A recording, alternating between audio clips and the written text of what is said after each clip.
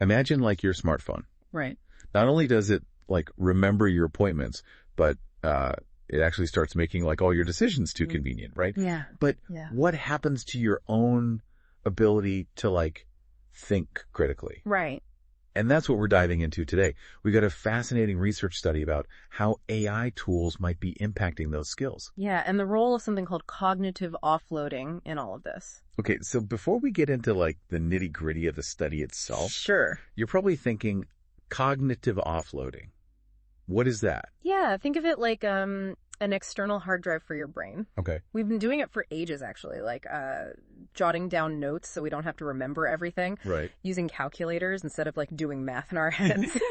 But AI takes this to a whole new level. Now, I'm not saying relying on these tools is inherently bad. After all, it frees up our mental energy for other tasks. Right. But there's this nagging question. What's the cost of all this convenience? That's a great analogy. I totally get it now. So this research out of the UK wanted to see if there's a connection between using AI and our ability to think critically.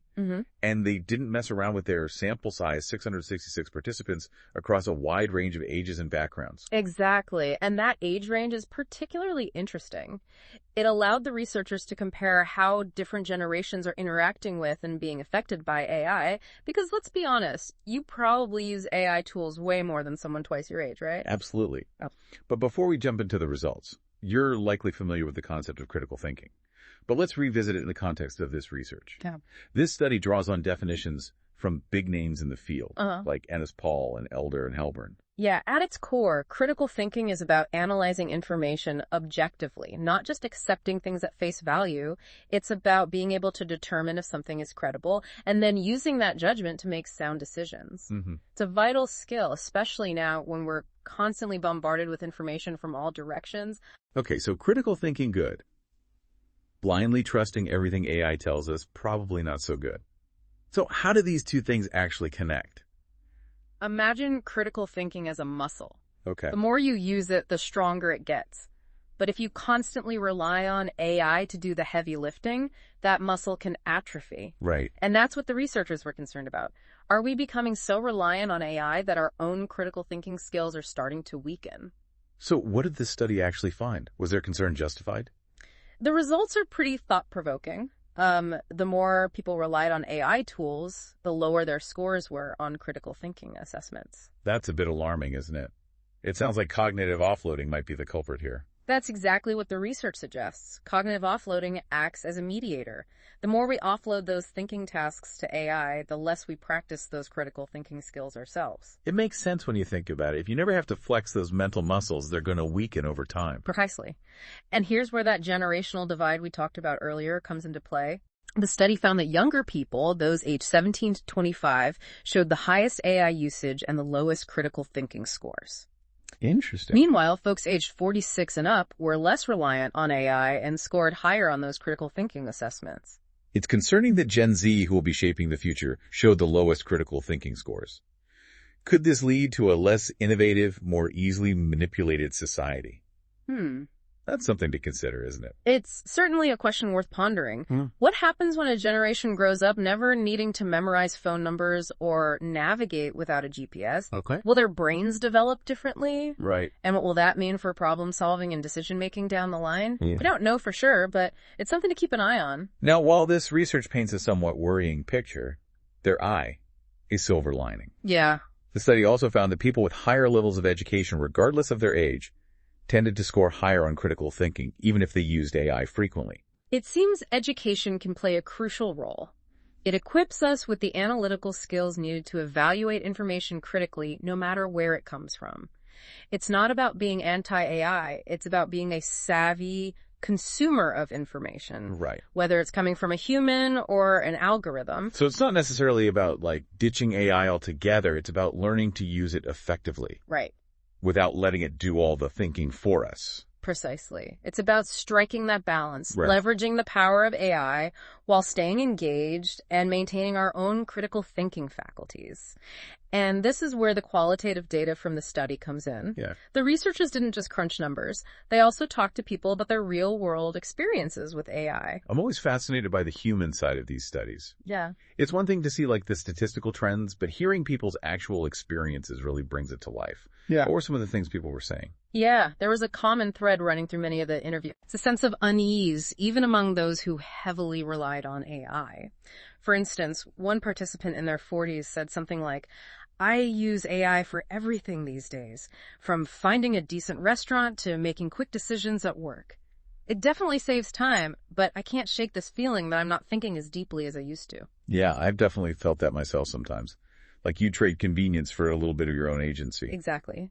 And younger participants voiced similar concerns. Mm-hmm. One person in their early 20s expressed this feeling of dependence, saying, having all this information at my fingertips is amazing, but I worry I'm not actually learning or retaining anything. I rely on AI so much that I honestly don't think I could solve certain problems without it.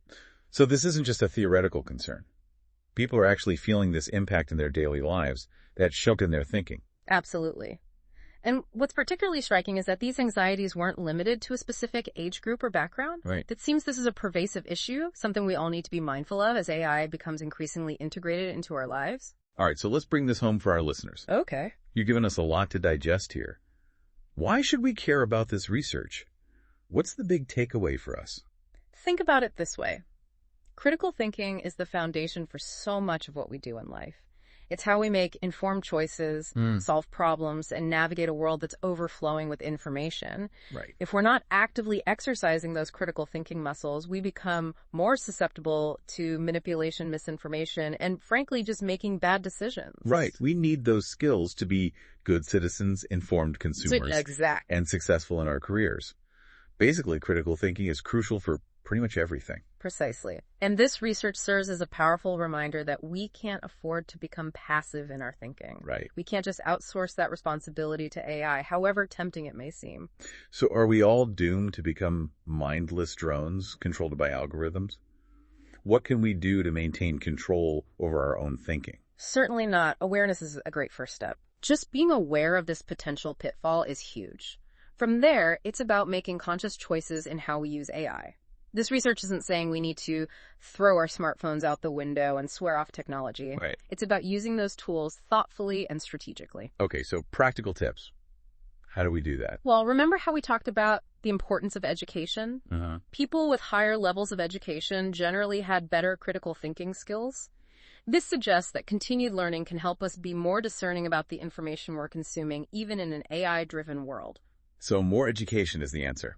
Back to school for all of us. Not necessarily formal education, but certainly cultivating that mindset of lifelong learning.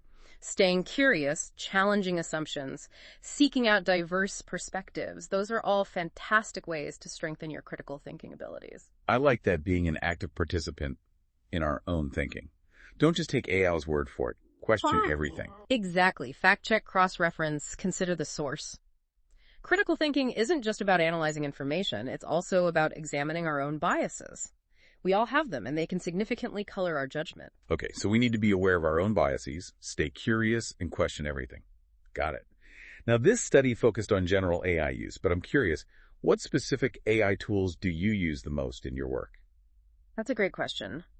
I find myself relying on language models quite heavily for research and writing. Okay. It's remarkable how these tools can synthesize vast quantities of information or even generate different types of creative text formats. But are you ever concerned about those tools potentially impacting your own critical thinking abilities, given what we've been discussing today? It's definitely a concern. I keep in mind, I think the key is to remain aware of the potential for bias in those tools. Always double check the information they provide and avoid becoming overly reliant on them to do the thinking for me.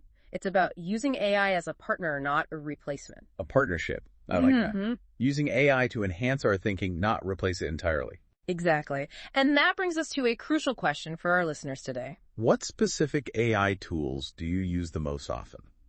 And could any of them be subtly impacting your critical thinking without you even realizing it?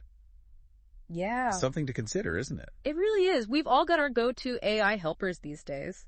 I know I rely on those grammar and spelling checkers constantly. Oh, yeah. Are they making me a worse writer in the long run? Right. Maybe. This whole deep dive has certainly given me a lot to think about. Me too. But it's not all doom and gloom, right? We're not saying AI is the enemy. Absolutely not. The future is undeniably intertwined with AI, and it offers incredible possibilities. Right. But we need to be active participants in that future, not just letting technology dictate how we think and make decisions. We have to stay in the driver's seat of our own minds. Exactly. Keep that cognitive engagement going. Nurture those critical thinking skills. The future belongs to those who can think for themselves. So as we wrap up this deep dive, dear listener, we challenge you to take stock of your own AI usage. Are you letting it do a little too much of the heavy lifting, mentally speaking? And if so, what steps can you take to reclaim that control? Remember, critical thinking is like a muscle. Yeah. It needs to be exercised regularly. It does. So go out there, engage with the world, and don't let those mental muscles atrophy. And until next time, keep diving deep.